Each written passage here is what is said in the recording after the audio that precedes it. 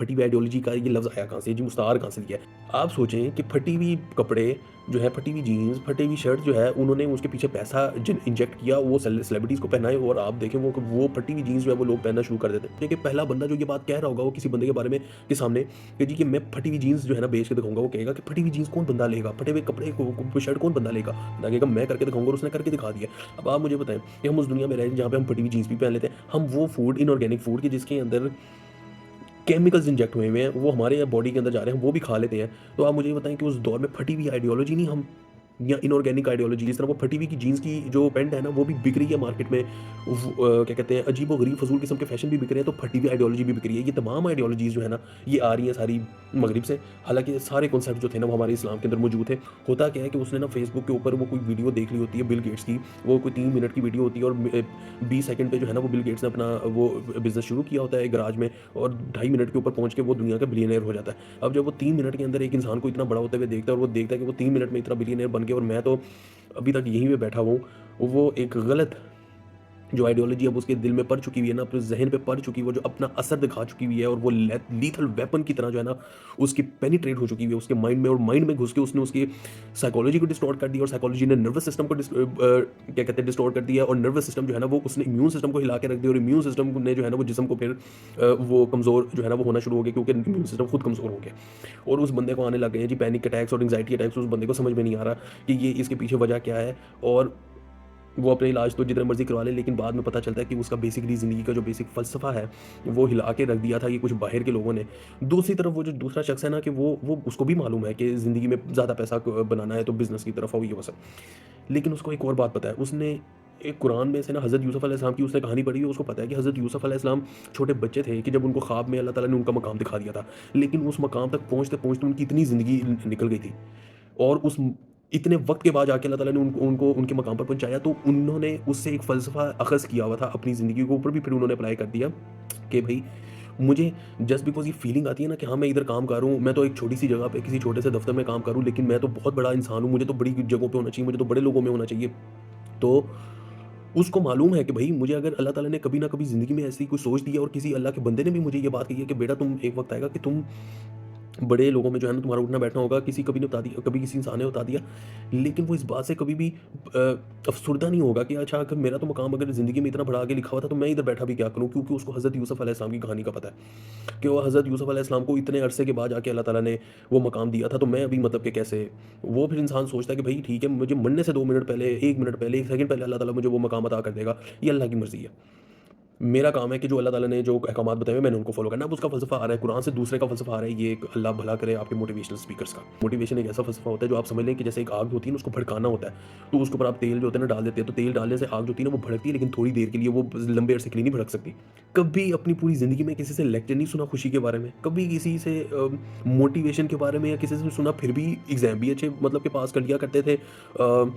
खेल भी बहुत अच्छा लिया करते थे। कभी भी मोटिवेशनल तो कभी पहले कभी सुनी नहीं, पहले तो ये तमाम काम कर लिया करते थे, ये मैंने अच्छा खुश भी थे। अब वो लोगों को भी समझ आना शुरू हुई कि भई खुश रहना ये भी एब्नॉर्मल स्टेट होती है, बेसिकली होता है टू बी एट पीस। कि मैंने कहा इंसान कोई हम क्या कोई रोबोट हैं कि जी 2 अल्फ़ाज़ लिखे हुए हैं बी हैप्पी, इनको पढ़ के जो है वो मैं एकदम खुश हो जाऊँगा। मैं कोई रोबोट हूँ कि जो अल्फ़ाज़ के मुताबिक अपने जो है ना वो जज़्बात मेरे तब्दील हो जाएँ। तो ये पहला फ़लसफ़ा था जो मैंने मग़रिब की तरफ से जो आया था और मैं पढ़ा और मैं हैरान रह गया, इसका नाम था बी हैप्पी। कि हमारे यहाँ पे तो जो फ़लसफ़े थे वो इस्लाम के थे। वो बड़े बेसिक से और समझ में आने वाले फ़लसफ़े थे कि भई कोई शख़्स बीमार हो गया उसकी इयादत के लिए चले जाओ, किसी की खुशी में शरीक हो जाओ, अगर खुशी में उसने नहीं बुलाया तो उसके गम में उसके बुलाए बगैर आप शरीक हो। बीमार की इयादत कर लो, अपने वालिदैन के साथ हुस्न सलूक करो, अपने वालिदैन को, अपने मोमिन मोमिन भाइयों को, बहनों को, अपने रिश्तेदारों को वीआईपी प्रोटोकॉल दो और अल्लाह ताला और रसूल अकरम सल्लल्लाहु अलैहि वसल्लम से तो बढ़ के मतलब कि किसी को नहीं, उनके बाद इन लोगों को। यानी कि इस तरह के उसूल, अपनी खुशियाँ लोगों से छुपा के रखो, अपने जो दुख-सुख हैं वो भी अल्लाह ताला से बयान करो। ये फ़लसफ़े थे जो हमारे फ़लसफ़े थे, जिनके ऊपर हम अमल करते थे और बड़े अच्छे तरीके से ज़िंदगी बसर कर रहे थे। होता क्या जी कि ग्लोबलाइज़ेशन आती है और वो आके अल्लाह बेड़ा गर्क करे, इन लोगों की ज़िंदगियों का बेड़ा गर्क कर दिया। कि जी वो किस तरह के फ़लसफ़े जी कि अगर आप 30 साल की उम्र तक जो है ना वो बिलियनेयर नहीं बने तो ये आपकी गलती है। अगर आप एआई के दौर में भी जो है ना आप पीछे रह गए हैं, तो ये आपकी गलती है। वो अब आप मुझे बताएँ कि एक हॉस्पिटल है जहाँ पे लोग मर रहे हों और वो बंदा एक चूरन अपना बेचने आ जाए वहाँ पे कि जी ये फक्की है, ये चूरन है, इसको खा के जो है ना आप जो है ना शफ़ायाब हो सकते हैं। अगर आप नहीं हो रहे तो ये आपकी गलती है। ये जो बंदा भी आपके सामने मरा है ना, ये भी अगर मेरा चूरन या फक्की खा लेता ना तो ये भी ठीक हो जाता।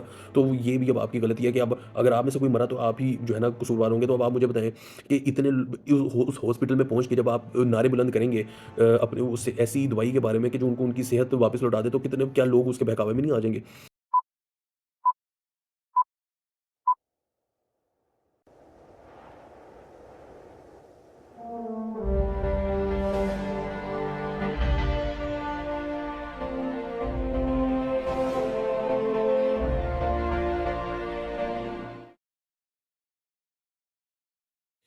अच्छा जी, ये बड़ी इंटरेस्टिंग वीडियो है क्योंकि नाम पढ़ के आपको पता लग गया होगा फटी हुई आइडियोलॉजी। बात कुछ यूँ है कि एक ऑफ़िस में एक शख़्स बैठा हुआ है जो कि अपनी ज़िंदगी से वो उसके इर्द-गिर्द के लोगों को पता है कि ये बंदा हर वक़्त हमेशा जला-भुना रहता है, गुस्से में रहता है और एक तरफ उसके साथ जो शख़्स है वो बिल्कुल पुरसुकून है।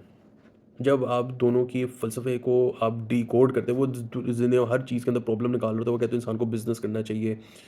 बिज़नेस ही वाहिद हल है, ये क्या लोगों की गुलामी में रह के जो है ना वो आप काम कर रहे हो, जो कि सच बात है। तो ऐसा भी नहीं है कि लेकिन होता क्या है?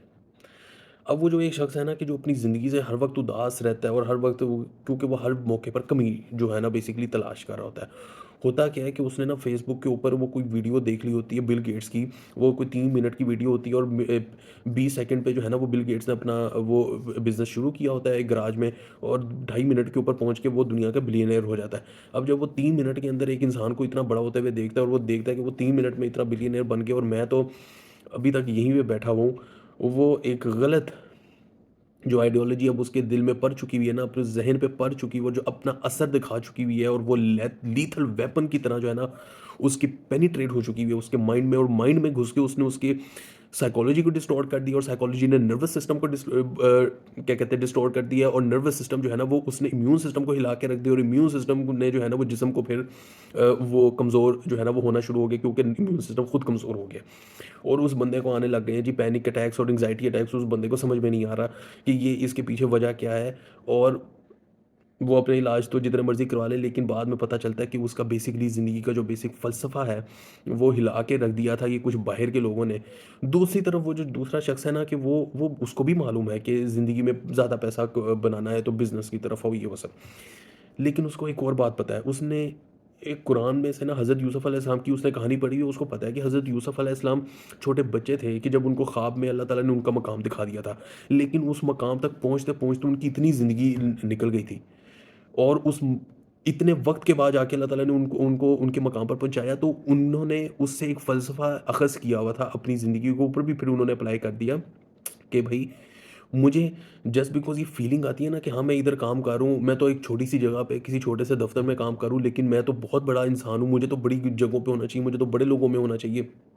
तो उसको मालूम है कि भई मुझे अगर अल्लाह ताला ने कभी न कभी ज़िंदगी में ऐसी कोई सोच दी है और किसी अल्लाह के बंदे ने भी मुझे ये बात कही है कि बेटा तुम एक वक़्त आएगा कि तुम बड़े लोगों में जो है ना तुम्हारा उठना-बैठना होगा, किसी कभी ने बता दिया कभी किसी इंसान ने बता दिया, लेकिन वो इस बात से कभी भी अफ़सुर्दा नहीं होगा कि अच्छा अगर मेरा तो मकाम अगर ज़िंदगी में इतना बड़ा आगे लिखा हुआ था, तो मैं इधर बैठा भी क्या करूँ? क्योंकि उसको हज़रत यूसुफ़ अलैहिस्सलाम की कहानी का पता है, कि वो हज़रत यूसुफ़ अलैहिस्सलाम को इतने अरसे के बाद जाके अल्लाह ताला ने वो मकाम दिया था, तो मैं अभी मतलब कि कैसे वो फिर इंसान सोचता है कि भई ठीक है, मुझे मरने से 2 मिनट पहले, 1 मिनट पहले, 1 सेकंड पहले अल्लाह ताला मुझे वो मकाम अता कर देगा, ये अल्लाह की मर्ज़ी है।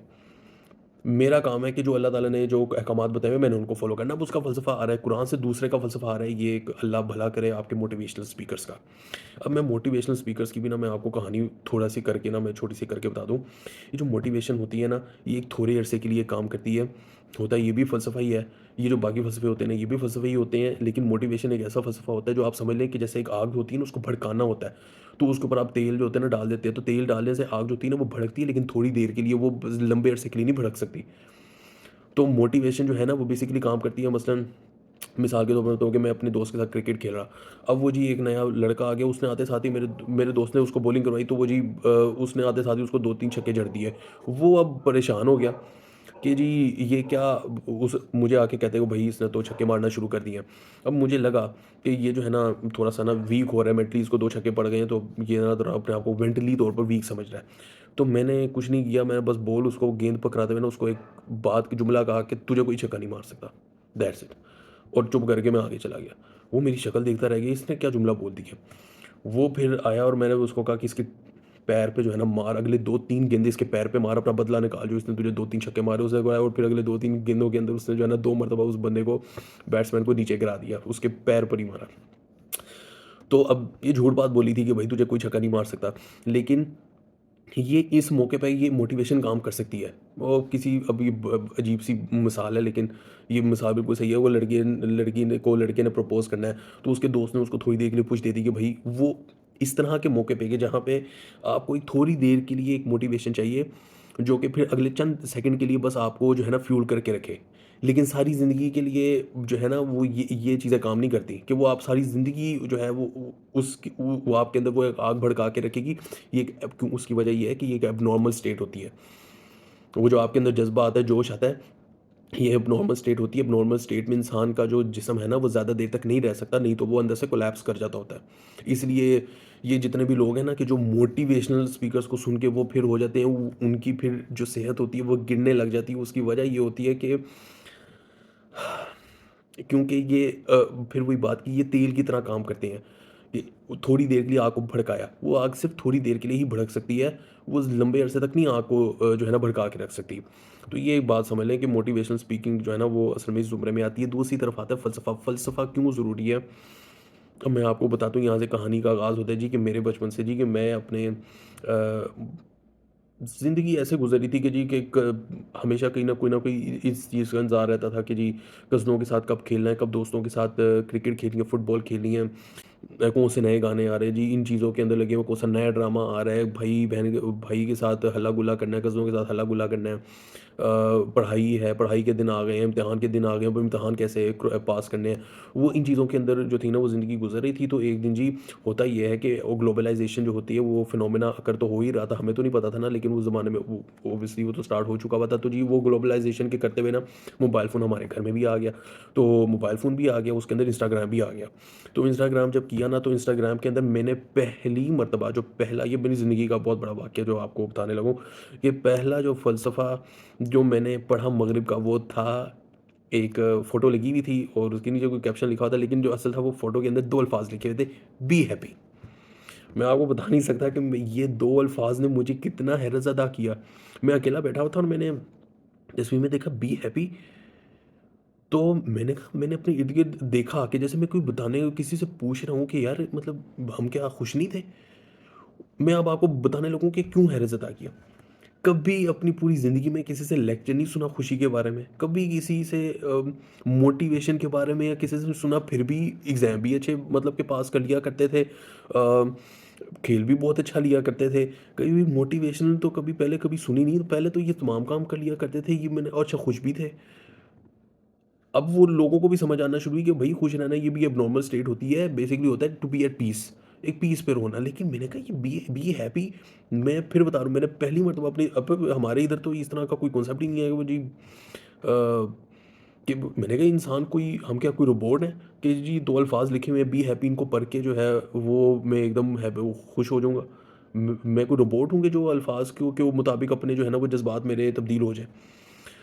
तो ये पहला फ़लसफ़ा था जो मैंने मग़रिब की तरफ से जो आया था और मैं पढ़ा और मैं हैरान रह गया, इसका नाम था बी हैप्पी। अच्छा, ये अब जो फ़लसफ़ा है, ये फटी हुई आइडियोलॉजी जो समझ आती है बात में कि जी कि जो साइकोलॉजी है वो किस तरीके से ये हमारी साइकोलॉजी को जो थी ना तरतीब दे रही थी और आज भी तरतीब दे रही है। अगेन फ़लसफ़ा ही जो है ना उससे हमारी जो साइकोलॉजी है ना वो क्रिएट होती है। अब आप वो देख लेना कि जी जितने भी दुनिया के एफ्लुएंट जो मुल्क थे ना, शहर थे, साइकोलॉजी बेसिकली वहाँ से ओरिजिनेट हुई थी। लंदन, पेरिस, न्यूयॉर्क, वियना, क्या कहते हैं, वीनस, इन इन जगहों पे साइकोलॉजिस्ट की डिमांड बढ़ना शुरू हो गई। क्यों? क्योंकि ये वो शहर थे जहाँ पे लोग मेंटल हेल्थ डिसऑर्डर्स का शिकार होना शुरू हो गए। अफ्रीका के जी, अब ये अजीब सा एक मज़ाक था कि अफ्रीका के जो जंगलात हैं वहाँ पे लड़के जो हैं वो टायर के साथ वो डंडे को मारते हुए भगाते हुए, हमारे इधर मोहल्लों में वो क्या कहते हैं टायर जो है ना वो डंडों के साथ मारते हुए वो जा रहे हैं। वो एक दूसरे के साथ गिल्ली डंडा खेल रहे हैं, क्रिकेट खेल रहे हैं, फुटबॉल खेल रहे हैं ग्राउंडों में, वो खुश हैं। और यहाँ पे उन लोगों के पास पूरी दुनिया की दौलत आ गई और वो उनको मेंटल हेल्थ डिसऑर्डर्स होना शुरू हो गए। ये अजीब सा मजाक था और उनके लिए बहुत बड़ा क्राइसिस, सोचने वाली बात है कि क्यों। इसमें एक केस स्टडी भी थी कि एक औरत की, कि वो मैं खुद देख रहा था कि वो उससे जो साइकोलॉजिस्ट है वो उसका इंटरव्यू ले रहा है और वो बूढ़ी औरत कहती है कि मुझे मुझे ऐसा कुछ नहीं है कि मतलब कि मेरी ज़िंदगी में कुछ बुरा नहीं हुआ। वो मतलब कि जो भी था वो इस तरह का नहीं था कि जिससे मैं मतलब कि बिल्कुल ही कोई डिप्रेशन में चली जाऊँ। इस जैसे को कहते हैं मैं मरना चाहती हूँ। वो उससे बार-बार पूछा, भाई क्यों मरना चाहती है? आपका कोई ज़िंदगी में कोई हादसा हो गया? वो कोई कहता है कि नहीं कुछ ऐसा नहीं, इस जस्ट कि मैंने सब कुछ देख लिया हुआ है। इस जस्ट कि मैं अब जानना चाहती हूँ इस दुनिया से, कि मैं किसी और दुनिया में अब जाना चाहती हूँ, मैं देखना चाहती हूँ वहाँ पे क्या है और क्या है। सब कुछ देख लिया हुआ है। अब मैं खैर उसके पीछे वो ये बता सकता हूँ कि मतलब कि उसके पीछे भी आप जा सकते हैं कि वो यहाँ से इस लोग स्पिरिचुअलिटी की तरफ जाना शुरू हुए। वो स्पिरिचुअलिटी स्पिरिट रेल में बेसिकली शैतान भी तो होते हैं ना, जिन्नात भी होते हैं। तो वो स्पिरिचुअल रेल में वो भी जाना शुरू हो गए, विच क्राफ्ट की तरफ, नेक्रोमेंसी की तरफ। हमारे इधर जो सूफिया थे वो भी जब इस्लाम में जो इन्फ्लुएंसी आई और बादशाह वो मतलब कि बहुत सारी दौलत इकट्ठी हुई, तो यहाँ पे भी वो मटेरियल से हट के वो फिर उसी तरफ चले गए। तो वहाँ से वो जो है ना वो सूफीज़म की तरफ बढ़ना शुरू हुआ कि भाई हमारे तो पूरी दुनिया की मुसलमानों के पास दौलत है, लेकिन हमें दौलत नहीं चाहिए, हमने बस देख लिया हुआ है पूरी दुनिया में क्या है। अब हम उस दुनिया को देखना चाहते हैं कि जो हमसे दूर है। तो बेसिकली मेंटल हेल्थ डिसऑर्डर्स यहाँ से वो फ़लसफ़ा जो है ना वो उनका तब्दील। अच्छा, अब होता क्या है कि हमारे यहाँ पे तो जो फ़लसफ़े थे वो इस्लाम के थे। वो बड़े बेसिक से और समझ में आने वाले फ़लसफ़े थे कि भाई कोई शख़्स बीमार हो गया, उसकी इयादत के लिए चले जाओ, किसी की खुशी में शरीक हो जाओ। अगर खुशी में उसने नहीं बुलाया तो उसके गम में उसके बुलाए बगैर आप शरीक हो। खुशी में तभी शरीक हो जब वो बुलाए, लेकिन जब गम में वो क्या कहते हैं ना, वो क्या कहते हैं, अगर गम आ जाए तो उसके बुलाने से पहले आप खुद पहुँच जाओ। बीमार की इयादत कर लो, अपने वालिदैन के साथ हुस्न सलूक करो, अपने वालिदैन को, अपने मोमिन मोमिन भाइयों को, बहनों को, अपने रिश्तेदारों को वीआईपी प्रोटोकॉल दो। और अल्लाह ताला और रसूल अकरम सल्लल्लाहु अलैहि वसल्लम से तो बढ़ के मतलब कि किसी को नहीं, उनके बाद इन लोगों को, यानी कि इस तरह के उसूल। अपनी खुशियाँ लोगों से छुपा के रखो, अपने जो दुख सुख हैं वो भी अल्लाह ताला से बयान करो। ये फ़लसफ़े थे जो हमारे फ़लसफ़े थे, जिनके ऊपर हम अमल करते थे और बड़े अच्छे तरीके से ज़िंदगी बसर कर रहे थे। होता क्या जी कि ग्लोबलाइजेशन आती है और वो आके अल्लाह बेड़ा गर्क करे, इन लोगों की ज़िंदगियों का बेड़ा गर्क कर दिया। कि जी वो किस तरह के फ़लसफ़े जी, कि अगर आप 30 साल की उम्र तक जो है ना वो बिलियनेयर नहीं बने तो ये आपकी गलती है। अगर आप एआई के दौर में भी जो है ना आप पीछे रह गए हैं तो ये आपकी गलती है। वो अब आप मुझे बताएं कि एक हॉस्पिटल है जहाँ पे लोग मर रहे हो और वो बंदा एक चूरन अपना बेचने आ जाए वहाँ पे, कि जी ये फक्की है, ये चूरन है, इसको खा के जो है ना आप जो है ना शफायाब हो सकते हैं। अगर आप नहीं हो रहे तो ये आपकी गलती है। ये जो बंदा भी आपके सामने मरा है ना, ये भी अगर मेरा चूरन या फक्की खा लेता ना तो ये भी ठीक हो जाता। तो ये भी अब आपकी गलती है कि अब अगर आप में से कोई मरा तो आप ही जो है ना कसूरवार होंगे। तो अब आप मुझे बताएं कि इतने उस हॉस्पिटल में पहुंच के जब आप नारे बुलंद करेंगे अपने उससे ऐसी दवाई के बारे में कि जो उनको उनकी सेहत वापस लौटा दे, तो कितने क्या लोग उसके बहकावे में नहीं आ जाएंगे। मैंने भी ऐसी कंपनीज के जो है ना वो सेमिनार्स और कॉन्फ्रेंसेज अटेंड की हुई हैं जी। कि वो वहाँ पे लोग पहुंचे होते थे और वो कहते थे कि ये देखो ये मिलियनेयर बन गया, बिलियनेयर बन गए। उनके बैंक अकाउंट्स जो थे ना वो बड़े बड़े टेलीविजन पे दिखा रहे होते थे, प्रेजेंटेशन दे रहे होते थे, वो लोग आ जाते थे। मैं भी मतलब कि थोड़ी देर के लिए हो गया कि वो वाकई में भाई।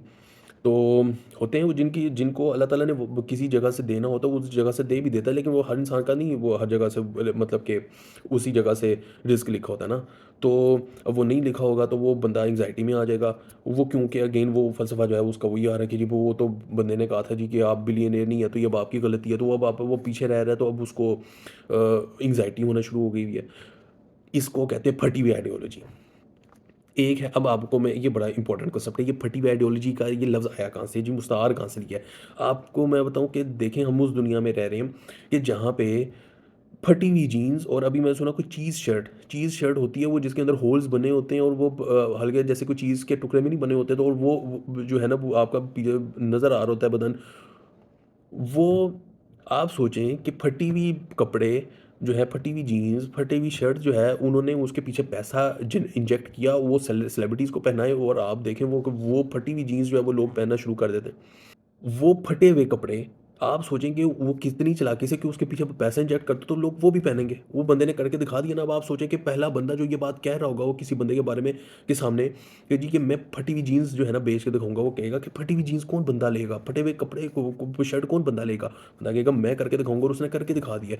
अब आप मुझे बताएं कि हम उस दुनिया में रह रहे हैं जहाँ पे हम फटी हुई जीन्स भी पहन लेते हैं, हम वो फूड इनऑर्गेनिक फूड की जिसके अंदर केमिकल्स इंजेक्ट हुए हैं, वो हमारे बॉडी के अंदर जा रहे हैं, वो भी खा लेते हैं। तो आप मुझे ये बताएँ कि उस दौर में फटी हुई आइडियोलॉजी नहीं हम, या इनऑर्गेनिक आइडियोलॉजी, वो फूड से अगर आपने लेना तो इनऑर्गेनिक आइडियोलॉजी ले लो, और अगर उधर से लेना है कपड़ों से तो फटी हुई आइडियोलॉजी। इसको मैं कहता हूँ फटी हुई आइडियोलॉजी। इस तरह वो फटी हुई की जीन्स की जो पैंट है ना, वो भी बिक रही है मार्केट में। क्या कहते हैं, अजीब-ओ-गरीब फ़ज़ूल किस्म के फ़ैशन भी बिक रहे हैं, तो फटी हुई आइडियोलॉजी भी बिक रही है। ये तमाम आइडियोलॉजीज़ जो है ना, ये आ रही हैं सारी मगरिब से। हालाँकि सारे कॉन्सेप्ट जो थे ना, वो हमारे इस्लाम के अंदर मौजूद थे। लेकिन और अभी भी जो है ना, मैं लोगों को वो सुनता है, वो वारेन बफ़े और ये वो सब, वो इनको इलोन मस्क और ये वो, इनको देख के ना वो मुझे वो याद आ जाता है, अल्लाह ताला ने जो कुरान में कहा है ना, कि जब ये क़ारून क़ारून था ना, तो उसको लोग कहा करते थे, ये किस्मत का कितना धनी है, कितना लकी इंसान है। ये अल्लाह ताला ने कुरान में कहा हुआ है कि कितना लकी इंसान है, लेकिन कहते हैं जब वो अपने खजाने समेत दफन हो गया, तो वो लोग कहते हैं कि वो कि कितना बदकिस्मत इंसान है। यानी कि चढ़ते सूरज को वो सब सलाम करते हैं, और गुरूब होते हुए सूरज के साथ जो है ना, वो सारी जो है ना, वो अपने घरों को चले जाते हैं कि भाई ठीक है, सूरज गुरूब हो रहा है, हम भी जो है ना अपने जाके ना अपने घरों में बैठ जाते हैं। तो वो बस यही होता है। ये अल्लाह ताला ने कुरान में कॉन्सेप्ट बताया हुआ है कि जब कोई इंसान के ऊपर, तो आज इलोन मस्क के एग्जैक्टली वही अल्फाज इलोन मस्क के बारे में, या ये वारन बफे इनके बारे में बोला कि कितने ये जो है ना अच्छे लोग, यार ये इनको इतना कुछ मिला हुआ है, कितना ये लकी इंसान है। और वो फिर वही बात है कि वो अल्लाह ताला के ना वो जुमले याद आ जाते हैं। मैं फिर एक बात कह रहा हूँ कि ये फ़लसफ़े क्यों ज़रूरी है, इसी वजह से मैं यूट्यूब चैनल के ज़रिए से या किसी भी प्लेटफॉर्म के ज़रिए से जो मैं बताना चाहता हूँ कि वो एक डॉक्टर की तरह एक बंदे की जो आइडियोलॉजी जो होती है ना, वो उसकी पूरी लाइफ जो होती है ना, बनाती है या संवारती है या बिगाड़ती है। मेरा अपना, मैं अब आपको क्या कहूँ, मैं खुद उस वक्त से गुजरा हुआ हूँ कि जब मेरी भी एक आइडियोलॉजी थी, उसके पीछे मतलब कि वो फ़लसफ़ा था, वो इनकम्प्लीट फ़लसफ़ा था, उसने फिर मुझे वो जिस रास्ते की तरफ लेकर गया, तो वो फिर मुझे हार्ट पैल्पिटेशन होना शुरू हुई। पहले उसका असर ज़हन पे आना शुरू हुआ, वो डेढ़ साल तक तो दिमाग के ऊपर ही उसका असर रहा, फिर वो नम हो गया एकदम, तो मुझे लगा कि भाई मैंने बस ठीक है, मैंने कंट्रोल पा लिया है। वो दिल की तरफ आ गया। अब वो जो दिल के ऊपर जो उसका असर होता था, वो मैं आपको हार्ट पैल्पिटेशन कैसी महसूस होती है, वो मैं अगर अपने एक्सपीरियंस बता सकूँ, कि ऐसा लगता था कि जो मेरी रिब के जो है ना, रिब्स के जिसके अंडर जो है ये पूरा मसल्स होते हैं, लंग्स होते हैं और हार्ट होता है। तो मुझे ऐसा लगता था कि मेरा हार्ट जो है ना, वो जब एक्सपैंड करता है ना, तो वो बाकायदा इतना ज़्यादा एक्सपैंड कर जाता है कि वो टकराता है मेरी ये जो हड्डियाँ हैं सीने की, इनसे। और ये मुझे लगता है किसी भी वक्त इन्होंने फट जाना है, मेरे दिल ने फट जाना है। और फिर एक वक्त आया, ओके, मुझे लगना शुरू हुआ कि मेरे जैसे मेरे दिल के ऊपर कोई, वो जो खाने में एक होता नहीं, वो जो प्रेशर कुकर के ऊपर एक वज़न डालते होते वेट, वो वेट उस तरह का मुझे लगता था कि मेरे दिल के ऊपर किसी ने डाल दिया, और मुझसे सही तरीके से सांस नहीं लिया जा रहा हो इस तरीके से। तो हार्ट पेल्पिटेशन को मैंने महसूस किया हुआ है। क्यों? क्योंकि उस वक्त एक बेसब्री थी।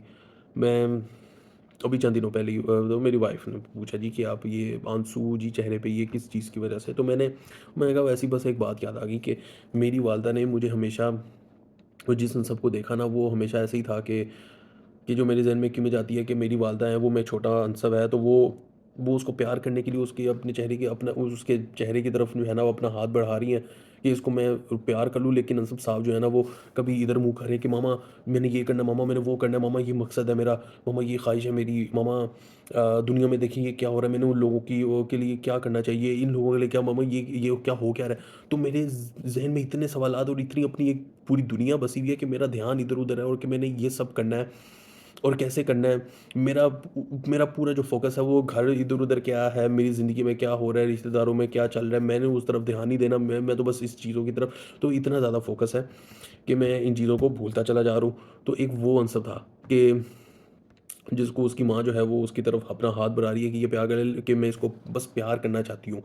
इसको बस कि ये कब जो है ना, अपनी वो जो एक होता है ना, अपने ही दिमाग में रहना, अपनी दुनिया में रहना, तो वो मैं बस अपनी दुनिया में हूँ, और मैं कभी इधर देख लूँ, कभी उधर देख लूँ। मेरी वालदा बस मेरा चेहरा पकड़ना चाह रही है कि इधर कि रुक जा भाई, थोड़ी देर के लिए रुक जा कि तुझे प्यार कर लूँ, लेकिन मैं बस अपनी एक धुन में हूँ, इधर-उधर देख रहा हूँ। और फिर मैंने कहा कि फिर एक वो वक़्त आया कि जब वो चली गई, और जो पूरा प्रोसेस था वो जिससे अल्लाह गुज़ार के कि अल्लाह ने गुज़ारा, तो उसके बाद फिर वो वक़्त आया कि अब अल्लाह ताला ने ऐसा ठहराव दिया, ऐसा सब्र दिया कि जो इसके ऊपर एक बात थी कि जो ये कहा था कि अगर अल्लाह ताला किसी इंसान से नेमत छीन ले कोई और उसके बदले में अगर सब्र दे दे, तो वो जो सब्र अल्लाह ताला ने दिया है ना, वो जो नेमत छीनी है उससे ज़्यादा बड़ा अल्लाह ताला ने आपके ऊपर इनाम किया कि अगर अल्लाह ताला ने आपको सब्र दे दिया। तो वो पहले मेरे अंदर बेसब्री नहीं थी, वही तमाम काम मैं कर रहा था जो अब मैं कर रहा हूँ, उतनी मेहनत मैं उस वक्त कर रहा था जितनी मैं अब करूँ। बस फ़र्क बस ये है कि उस वक्त मेरे अंदर एक फ़लसफ़ा था जो कि मुझे पैनिक मोड में हर वक्त रखता था। मैं अगर बयान करूँ ना आपको, तो वो बिल्कुल ऐसे ही है कि जैसे जब आप वीडियो गेम खेल रहे होते हैं ना, तो आपके अंदर एक एंग्जाइटी होती है कि भाई इधर मतलब कि वो आपके अंदर होता है जैसे 2 प्लेयर्स आपस में फाइट कर रहे हैं, तो आपको होता है कि मैंने अब जो है ना जल्दी से कम बैक करना, और ये वो सब आप एक कांस्टेंट पैनिक मोड में रहते हैं। अब आप सोचें कि वो कांस्टेंट पैनिक मोड 3 साल तक किसी इंसान के अंदर जो है ना वो रहे। वो मैं उस मोड में मैं जो है ना 3 साढ़े 3 साल तक रहा वो। और उसने मेरी हालत बर्बाद की। वो फिर डिप्रेशन वगैरह जो भी था उसकी वजह से जो बीमारियाँ फिर आईं, वो फिर अल्लाह भला करे, अल्लाह ताला ने उसके इलाज जो है ना वो भी देने वाले फिर भेज दिए। तो मैं फिर आपको बता रहा हूँ कि मेरे अभी जो थे ना लाइफ में वो जो भी प्रॉब्लम आई थी वो फ़लसफ़े की ख़राबी की वजह से आई थी, और जब वो ठीक हुई थी ना तो वो भी फ़लसफ़ा ठीक हुआ था, तो वो फिर अंदर की जो वायरिंग थी ना वो भी मतलब कि मेरा जिसने वो डॉक्टर के पास लेकर गए ना, वो डॉक्टर ने कहा कि वो उसने मेरा क्या कहते हैं चेकअप भी किया, कोई टेस्ट भी किया। तो उसके बाद वो कहता है कि बिल्कुल ठीक है, कोई अंदर मसला नहीं है। वो कहता है कि मैंने कहा क्या, मुझे तो अपने दिल पे कोई वज़न सा महसूस होता है। वो ये वो सब वो कहते हैं जी कि वो आप कोई तस्बीह वगैरह पढ़ें। वो ये कह के जी उन्होंने वापस भेज दिया। उन्होंने कहा कि इसका तो कोई मसला नहीं है, बिल्कुल फिट-फाट बंदा है। वो मैंने भी जब अपना फ़लसफ़े दुरुस्त होना शुरू हुए, वो अल्लाह भला करे प्रोफ़ेसर अहमद रफ़ीक अख्तर साहब का, वो उन्हीं को ही जब सुनना शुरू किया तो वो फ़लसफ़े दुरुस्त होना शुरू हुए। तो 3-4 दिन के अंदर मेरा जो वो डिप्रेशन था और वो उसकी वजह से जो मुझे हार्ट पैल्पिटेशन हो रही थी वो भी कम होना शुरू हो गई, और उसके बाद फिर मेरा इंटरेस्ट जो था ना वो उस तरफ बढ़ता रहा, तो वो फिर मैं आगे उस चीज़ में चलता ही रहा। तो मेरे अपने तो मैं फिर बता रहा हूँ कि अपने जो है ना फ़लसफ़े ये जो आप अकेले में बैठ के अब फ़र्ज़ करें जी कि एक छोटा मतलब कि बच्चों के ज़रिए से मैं आपको बताता हूँ कि ये कितना इंसान को मतलब कि करता है। मसलन अल्लाह ताला ने भी कुरान में कहा हुआ है कि हम हैं इंसान के जो हम हैं जो कि इंसान के रिज़्क को घटाते और बढ़ाते हैं। हम उस हर चीज़ को जो है ना ये क्योंकि इन्होंने अपना चूरन बेचना होता है, तो वो या फिर अपनी अच्छी नीयत की वज़ह से, लेकिन गलत एक जो है ना उनकी भी एक समझ होती है, तो वो आके लोगों को ये नहीं, सिर्फ़ और सिर्फ़ आपकी गलती है। अल्लाह ताला कह रहा है कि भाई जो करना है कर लो, जाओ। मुझे नहीं पता क्या कि यहाँ पे कितने लोग हैं कि जिनकी शादियाँ नहीं होती, हालाँकि कमा बड़ा अच्छा रहे होते हैं, और बड़े ऐसे लोग होते हैं कि जो इतना कोई कमा भी नहीं रहे होते, उनकी शादियाँ हो जाती है। अच्छा, शादी हो जाती है तो कहीं की औलादें नहीं होती। वो भी फिर दुनिया में लूट-लूट फिरते हैं, वलीउल्लाह के पास भी जाते हैं जी, पीरों के पास जाते हैं जी दुआएँ करवाने के लिए। अल्लाह ताला कहता है कि हम हैं ये, क्योंकि बीवी औलाद ये भी रिस्क में आते हैं ना। तो अल्लाह ताला कह रहा है कि मैं हूँ जो तुम्हारे रिस्क को घटाता हूँ और बढ़ाता हूँ। वो अपने ऊपर लेके वो उसी की फ़िक्रों में पड़े रहते हैं। अल्लाह ताला ने कहा था भाई इनकी फ़िक्र ना करो, जो मैंने तुम्हें कमा दिए हुए, जो दुनिया में तुमने काम करने मुसलमानों की सरबुलंदी के लिए, इस्लाम की सरबुलंदी के लिए, दूसरों की मदद के लिए, उन कामों के पीछे तो जाओ। वो इन चीज़ों के पीछे हद से ज़्यादा कोशिश करने लग जाते हैं, उतनी कोशिश की जो नहीं करनी चाहिए थी, और उसमें अपना भी दिमाग ख़राब करते हैं, अपनी फैमिली का भी दिमाग ख़राब करते हैं। वो खुद भी जो है ना वो सारी ज़िंदगी डिप्रेशन का शिकार रहते हैं, और फिर मतलब कि आके बता रहे होते हैं, "वो भाई मैं तो पैनिक अटैक में जा रहा हूँ, मैं एंग्ज़ायटी में जा रहा हूँ।" वो इस वजह से कि ये लोगों ने आपको जो है ना, जो अकेले में बैठ के आप मोबाइल पे देख रहे होते हैं ना, वो जो फ़लसफ़े जो इनकलकेट कर दिए ना, आपके अंदर पेनिट्रेट कर दिया कि जी ये आप ही की गलती है।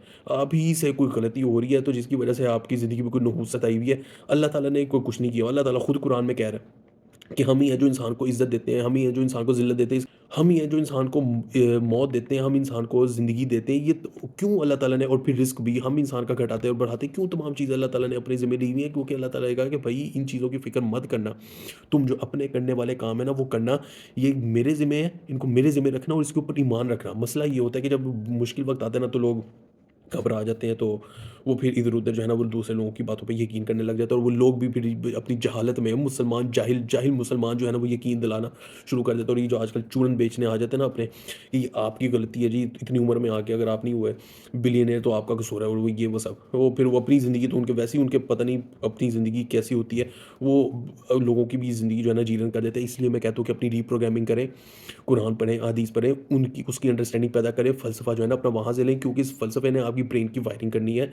आपकी ब्रेन की जो पूरी जो डीएनए है ना, जेनेटिक लेवल पे पूरी चेंज आ जाती है, जब आपकी फ़लसफ़ा जो होता है ना, वो एक ख़ास तरीके से जब आपके अंदर बुना जाता है ना, तो वो आपकी जेनेटिक लेवल तक जो है ना वो चेंज ले आता होता है। आप समझें कि इसकी ताकत क्या होती है। ऐसे नहीं मतलब कि लोग आके फ़लसफ़े के जो है ना ऊपर लेक्चर झाड़ रहे होते हैं, उसके पीछे बहुत बड़ी वजूहात होती हैं।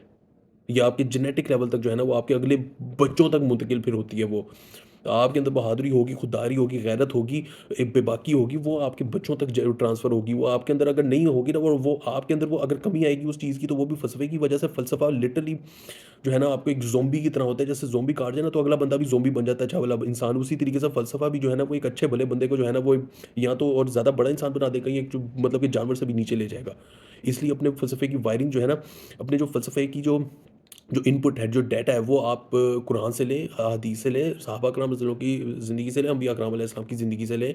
और बाकी जो है ना, ये वेस्ट वेस्ट का फ़लसफ़ा जो है ना, सिर्फ़ उनको जो है ना डिफेंड करने के लिए अपने मतलब के रिलीजन को आलमी लेवल पे, आलमी सतह पर उनको उनके जवाब देने के लिए जो है ना, आप उनका फ़लसफ़ा पढ़ें, उनसे डोमिनेट होने के लिए नहीं। और क्योंकि वो डोमिनेट हो भी नहीं सकते ना, ये कहने की ज़रूरत नहीं है। जो जिसने वो फ़लसफ़ा जिसको समझ में आ गया ना इस्लाम को, वो डोमिनेट हो गए, उसको कहने की ज़रूरत नहीं पड़ेगी। अच्छा, अब मैं आपको बताता हूँ, उसकी कुछ मिसालें देता हूँ ना, कि फ़लसफ़े की जो कि क्या मतलब कि किस तरीके से आपके ऊपर असरअंदाज़ होता है, किस बुरे तरीके से इंसान पर असरअंदाज़ होता है। बच्चे जी, छोटे बच्चे, उनको कार्टूनों के ज़रिए से जी, कार्टून्स के ज़रिए से उसके अंदर जी एक दिखाया जाता है जी कि कोई मैजिक पेंसिल होगी, कोई कोई मैजिक होगा कि जिससे कोई आएँगी दूसरी दुनिया की मखलूक़ात, वो आपकी मदद करेंगी। और आप जो दुनिया में बहुत बड़े लेवल पे अगर कुछ अच्छा करना चाह रहे हैं ना, तो वो ये आपके साथ मिलके जो है ना, दूसरी दुनिया की मखलूक़ात मिलके आपके साथ जो है ना, वो बड़ा कुछ करवा देंगी। या फिर वो कोई अगेन कोई मैजिक पेंसिल होगी, उसे आप कोई पेपर पे कुछ ड्रा करेंगे, तो वो जो है ना, वो हकीकत में वो रूनुमा हो जाएगा। इस तरह के जो कार्टून्स होते हैं ना, ये बच्चों को एक एक ये खतरनाक किस तरीके से होता है कि जब वो बच्चा बड़ा होता है ना, तो उसके ज़हन में कहीं न कहीं ये बात पनपना शुरू हो जाती है कि वाक़ई में कुछ ऐसा होगा कि मैं बस बैठ के मुझे इंतज़ार करना है, एकदम कोई ना कोई मौज़ा होगा। देखिए, अल्लाह ताला के साथ अगर होंगे ना और अल्लाह के अहकामात पर अमल कर रहे होंगे, तो वो फिर होंगे मौज़े, लेकिन वो मुऑज़ज़े होंगे, वो जादू नहीं होगा, वो मिरेकल होगा, मैजिक नहीं होगा। लेकिन अल्लाह ताला सबसे पहले जो उस इंसान को सिखाता है ना, वो रसूल अकरम सल्लल्लाहु अलैहि वसल्लम की ज़िंदगी से भी सीखने को मिलता है, वो होता है सिस्टम्स अपने क्रिएट करना। जो दुनिया की जो रियलिटीज़ है ना, उसके मुताबिक जो है ना, अपना लाहे-अमल तय करना और उसके मुताबिक लेकर चलना। लेकिन जब आप कार्टून्स के ज़रिए से चीज़ों को देखते हैं ना, तो वो होगा क्या कि आप उस अब एक जो मुश्किल चीज़ें हैं ना, उसका मुकाबला कैसे करना, उसकी प्रैक्टिस कैसे करनी, वो आप कभी करेंगे नहीं, क्योंकि आपने तो बचपन से ये सीखा होगा कि ये तो मैजिक के थ्रू जो है ना, सब कुछ एकदम हो जाता है। जैसे हज़रत मूसा अलैहिस्सलाम ने दरिया में एकदम रास्ता बना लिया, तो वो हमेशा आपके साथ भी ऐसे ही हुआ करेगा कि जी, किसी भी मौके पे वो रास्ता एकदम दरमियान में जो है ना, बन जाया करेगा, और मुझे कुछ दुनियावी असबाब जो है ना, उसके लिए कुछ प्रैक्टिस करने की कोई ज़रूरत नहीं है, कोई उसकी तरफ अपना दिमाग खपाने की ज़रूरत ही नहीं है, क्योंकि वो आपने बचपन से मैजिक जो है ना, वो कार्टून्स देख कर, मूवीज़ देख के जो है ना, आपकी ये माइंड जो है ना, वो क्रिएट कर दिया गया था। अच्छा जी, पहली जो मिसाल दी वो फाइनेंशियल लेवल पे जी, को किस तरीके से लोगों को ये बताया जाता है जी कि वो आप ही की गलती है। हर बंदे की अपनी गलती है कि अगर उसने जो है ना, वो फाइनेंशियल डिसीजन मेकिंग जो है वो नहीं की हुई। जैसे बाकी अम्बिया कराम अलैहिस्सलाम में ऐसे लोग थे, वो नहीं कर सके, तो मतलब कि उनकी गलती थी कि जी, उनको उनको रिस्क जो है ना, वो कम हो गया था, तो वो भी नऊज़ुबिल्लाह उनकी गलती थी। हज़रत अय्यूब अलैहिस्सलाम की जो अब आप पढ़ें, तो वो पता चलता है जी कि वो आसमान पे वो शैतान था, जिसने अल्लाह ताला से कहा कि ये जो आपके जो नबी है ना, हज़रत अय्यूब अलैहिस्सलाम, ये तो अल्लाह आपने जब इनसे मालो दौलत छीन लेंगे ना, तो ये अभी जो आपकी तरह शुक्र अदा करें ना, ये उस वक्त नहीं करेंगे। तो वो नीचे जो अल्लाह ताला ने फिर कहा कि चलो ठीक है, मैं फिर अल्लाह ताला ने छीन ली उनसे चीज़ें। अब वो ज़मीन पे हम जैसा कोई इंसान होता है ना, जो जैसे जिनका फ़लसफ़ा इस्लाम की वजह से, इस्लाम के बिल्कुल अगेंस्ट है, हमने तो जैसे फिर वही बातें सुनानी थी नऊज़ुबिल्लाह हज़रत अय्यूब अलैहिस्सलाम को कि नहीं, आपने कुछ किया, आपकी फाइनेंशियल डिसीजन मेकिंग के अंदर कुछ गलती आ गई, जिसकी वजह से नऊज़ुबिल्लाह अल्लाह ताला आपसे ये चीज़ें छीन गई। अल्लाह ताला का तो इसमें कुछ है ही नहीं। तो आपको क्या लगता है कि क्यों बातें अल्लाह ताला ने हमें बताई थी? हमारी पूरी ज़िंदगी का इन्हिसार जो है ना, इस सही फ़लसफ़ा पे था, और वो अब वो वही फ़लसफ़े जो है ना, वही कल के जो है ना, वो आए हुए लोग, जो कि जिनको कभी हम मुसलमानों ने भी डोमिनेट किया था, वो आके जो है ना, अब आके हमें गलत फ़लसफ़े पढ़ा रहे हैं। अपनी भी ज़िंदगी तो तबाह की हुई है, दुनिया लोगों की भी कर रहे हैं।